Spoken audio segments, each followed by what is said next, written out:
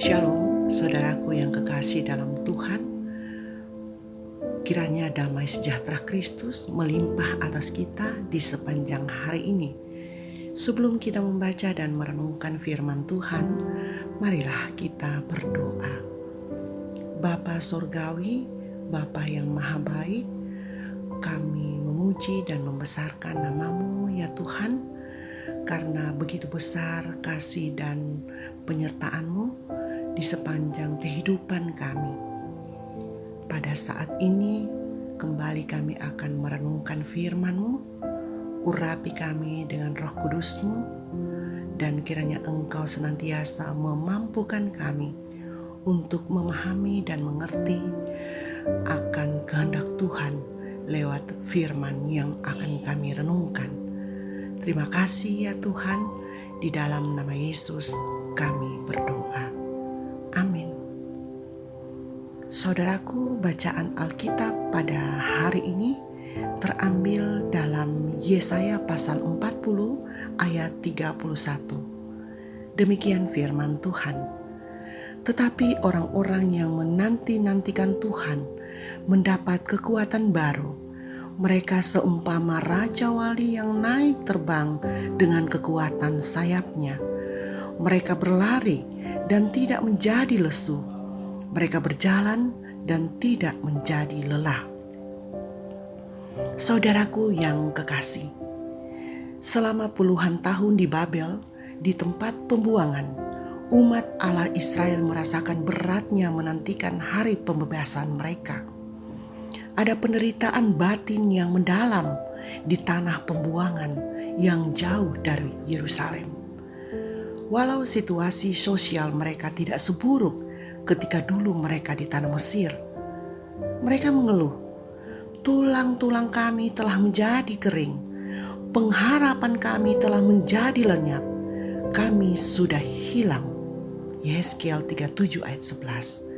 Demikian ratapan umat Tuhan di Babel. Di tengah situasi inilah Yesaya hadir untuk menghiburkan mereka yang dilanda kepahitan di tanah pembuangan. Yesaya membuka pikiran mereka dengan memberitahukan siapa Allah itu sebenarnya. Pertama, Allah tidak dapat disamakan dengan apapun. Dia adalah pencipta segala yang ada. Setiap orang harus menyadari hal ini. Tanpa kesadaran ini, kita kehilangan pegangan untuk mengakui Allah sebagai Tuhan. Segala sesuatu ada karena kuasa dan kehendak-Nya, termasuk diri dan hidup manusia berada dalam kendali tangan-Nya.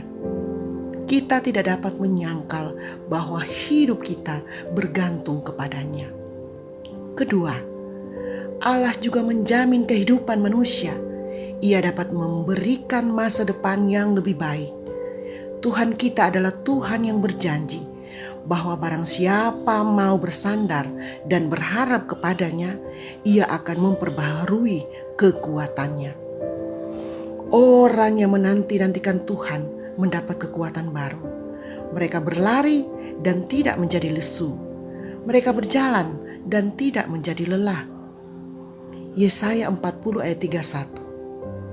Janji ini kita temukan juga dalam Matius 11 ayat 28, di mana Yesus membuka diri dan berkata, "Marilah kepadaku semua yang letih, lesu, dan berbeban berat. Aku akan memberikan kelegaan kepadamu." Saudaraku yang terkasih, berita firman Tuhan yang dibawa Yesaya ternyata membangkitkan semangat umat Israel yang pudar. Mereka didorong untuk tetap bertahan dan menantikan pembebasan yang dijanjikan Tuhan. Itulah cara yang tepat pada saat krisis, yaitu tetap menanti dengan setia. Saat ini pun kita hidup di masa pandemi COVID-19. Situasi dan kondisi kita mungkin sama dengan umat Israel pada waktu itu. Umat manusia di seluruh dunia menunggu dan berharap pandemi ini segera berakhir. Kita diperhadapkan pada situasi psikis yang berat karena keluarga kita terpapar COVID-19, bahkan meninggal dunia. Seakan-akan Tuhan sudah tidak peduli lagi dengan kehidupan kita. Rindu akan masa lalu yang bebas berpergian tanpa rasa takut terjangkit penyakit. Firman Tuhan hari ini memberi kekuatan dan harapan baru kepada kita sekalian. Janji Tuhan itu ya dan amin. Semua orang dapat mengalami. Ya, Tuhan akan memberikan semua itu kepada mereka yang menanti-nantikan Tuhan dengan sabar dan penuh pengharapan. Dia akan memberikan kekuatan kepada yang lelah dan menambah semangat kepada yang tiada berdaya. Hal ini dapat kita lihat dalam diri Paulus. Paulus sungguh mengimani janji Tuhan. Cukuplah kasih karuniaku bagimu, sebab justru dalam kelemahanlah kuasaku menjadi sempurna. 2 Korintus 12 ayat 9. Didorong oleh keyakinannya yang kuat akan janji dan pertolongan Tuhan ini, Paulus rela menderita. Katanya, "Karena itu aku senang dan rela di dalam kelemahan, di dalam siksaan, di dalam kesukaran, di dalam penganiayaan dan kesesakan oleh karena Kristus. Sebab jika aku lemah, maka aku kuat." 2 Korintus 12 ayat 10. Pandemi virus COVID-19 pasti akan berakhir. Oleh karena itu, tetaplah percaya dan setia kepada Tuhan Yesus. Nantikan pertolongannya. Andalkan Dia, karena Dia adalah penolong dan sumber kekuatan serta pengharapan bagi kita. Mari kita berdoa. Terima kasih kami naikkan kepadamu Tuhan atas firman-Mu yang sudah kami dengarkan pada saat ini. Kiranya Engkau senantiasa memberikan Roh Kudus bagi kami, agar firman-Mu ini boleh menjadi pelita dalam kehidupan kami. Bapa di surga, kiranya dalam setiap kelemahan kami, Engkau berikan kami kekuatan. Dalam setiap ketidakberdayaan kami, Engkau berikan kami pengharapan. Dalam setiap pergumulan kami, Engkau berikan kami jalan keluar. Terpujilah nama-Mu ya Tuhan. Engkaulah yang berkuasa atas hidup dan kehidupan kami.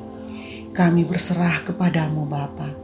Jadilah apa yang menurut kehendak-Mu, bukan kehendak kami. Terima kasih ya Yesus. Ampuni dosa dan salah kami Tuhan. Kami sudah berdoa dalam nama Yesus Kristus yang adalah Tuhan dan Juru Selamat kami. Amin. Amin.